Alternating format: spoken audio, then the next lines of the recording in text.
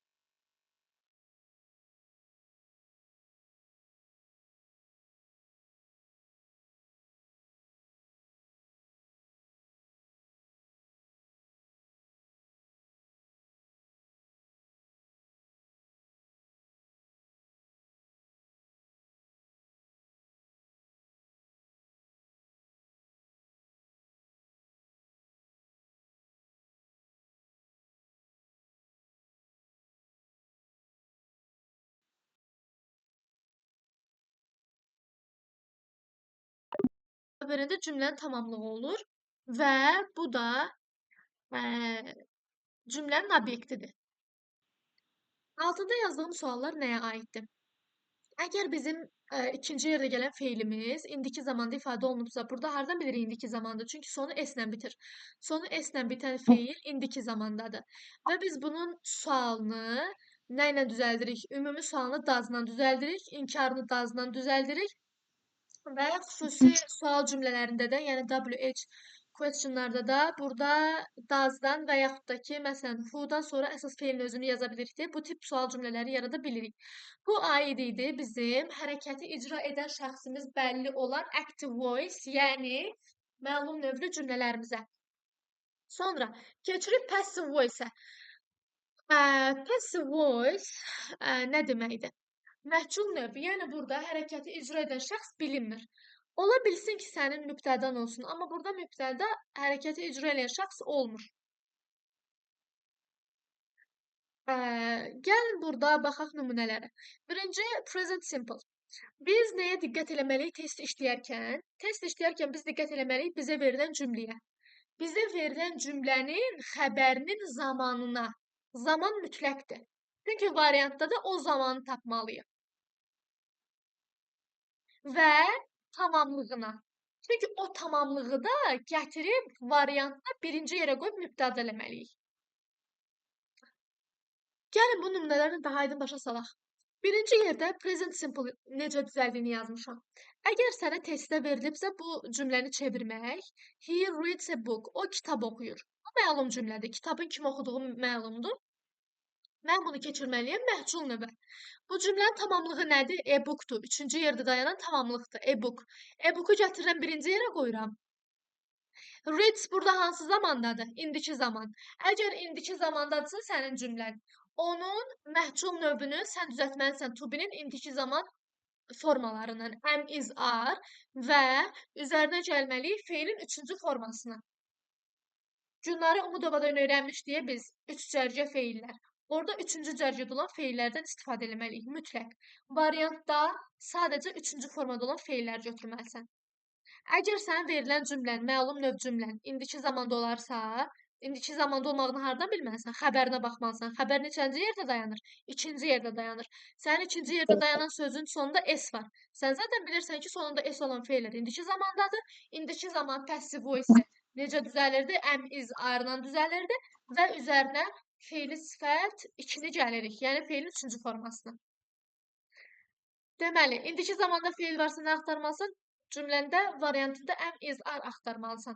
Bunu yadda saxlamaq məncə asandır. Çünki yəni indiki zaman feil axtarmalısan to be-nin indiki zaman formasını. Bəli, mənim asandır bu. Aha. Bu sadə indiki zamandan söhbət gedir. Sonra keçirik indiki davam edici zamana. İndiki davam edici zaman necə düzəlir? Is reading books. Əli kitab oxuyur. İndi burada kitab sözünü gətiririk. Kitab sözü üçüncü yerdə dayanır. Üçüncü yerdə dayanan cümlə özü cümlənin tamamlığıdır. Tamamlığı gətirməliyik, qoymalıyıq birinci yer. Niyə? Deyirəm ki, Əli kitab oxuyur. İndi. Bunu bura gətirirəm. Çünki deyirəm ki, kitablar Əli tərəfindən oxunulur. Ya da eləcə kitablar oxunulur. Kitablar oxunulur deyəndə kim tərəfindən olduğu məlum olmur. Ona görə mən tamamlığı gətirirəm, birinci yerə qoyuram. Burada da cümlənə baxırsan, əgər cümləndə present continuous, yəni am, is, are plus ing varsa, bax buradakı kimi. Sən onda nə etməlisən? Cümləndə am, is, are plus being, mütləq being olmalıdır variantında. Və yenə feilin üçüncü formasını yazmalısın. Sonra present perfect, indiki bitmiş zaman. İndiki bitmiş zaman necə düzəlir? Məsələn, yazıb ki, Ali has read a book. Əli kitab oxuyub. İndi deməlisən ki, kitab Əli tərəfindən oxunulub.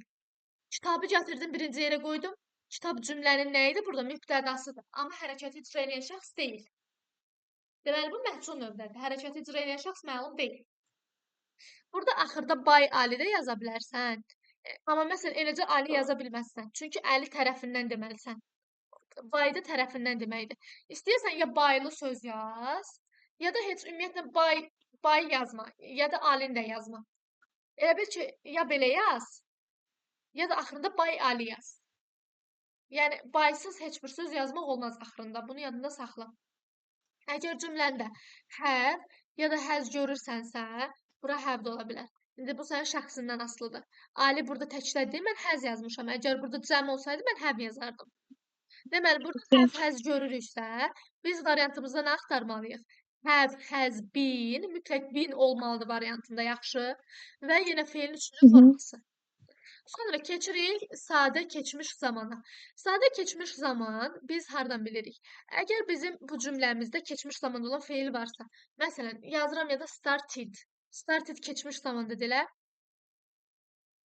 Bu sadə keçmiş zamandadır. Keçmiş zamandadırsa, əgər sadə keçmişdədirsə, sən variantında to be-nin keçmiş formalarını was were axtarmalısan və üstünə gəlməlisən feilin üçüncü formasını. İndiki zamanda deləydi. İndiki zamanda nə axtarırdıq sadə indiki zamanda? Am, is, are axtarırdıq və yenə feilin üstünə üçüncü forma feilləri gəlirdi. Sonra keçirik past continuous, yəni keçmiş davam edici zaman. Biz bilirik ki, keçmiş davam edici zaman nədir? Was ya da were plus ing-li feildir. Əgər belə bir cümlə veribsə bizə, biz variantda mütləq was were plus being plus feilin üçüncü formasını axtarmalıyıq. Yəni əgər cümlədə davam edici zaman gördüksə, ondan sonra mütləq being yazmalıyıq variantımızda. Sonra past perfect. Past perfect keçmiş bitmiş zaman deməkdir. Keçmiş bitmiş zaman had-lə düzəlir. Və cümlədə əgər sənə verilən cümlədə had görürsənsə, sən variantında had been axtarmalısan və üstünə də üçüncü forma feil gəlməlisən. Sonra future simple. Future simple indiki gələcək sadə zaman deməkdir. Əgər will görürsənsə, mütləq variantında nə axtarmalısan? Will be axtarmalısan və plus feilin üçüncü forması. Sonra keçirik future perfect, yəni gələcək bitmiş zaman. Gələcək bitmiş zaman bizə verilir will have və əgər mənə will have verilibsə, mən variantımda axtarmalıyam will have been plus feilin üçüncü forması. Sonra feilin üçüncü forması nə deməkdir? Burada onu izah eləmişəm. Bütün qayda kitablarında var. Üç formada feilləri yazırlar və bizə burada üçüncü yerdə olan feillər lazımdır. Mütləq biz məsələn, əgər sənin cümləndə go varsa, sən gone axtarmalısan, ya da so keçmiş zaman varsa, sin axtarmalısan. Yəni bu üçüncü formada olan olmalıdır mütləq. Əgər sənin variantında birinci və ikinci cərgədə olan feillər varsa, sən o variantın avtomatik səhvdir.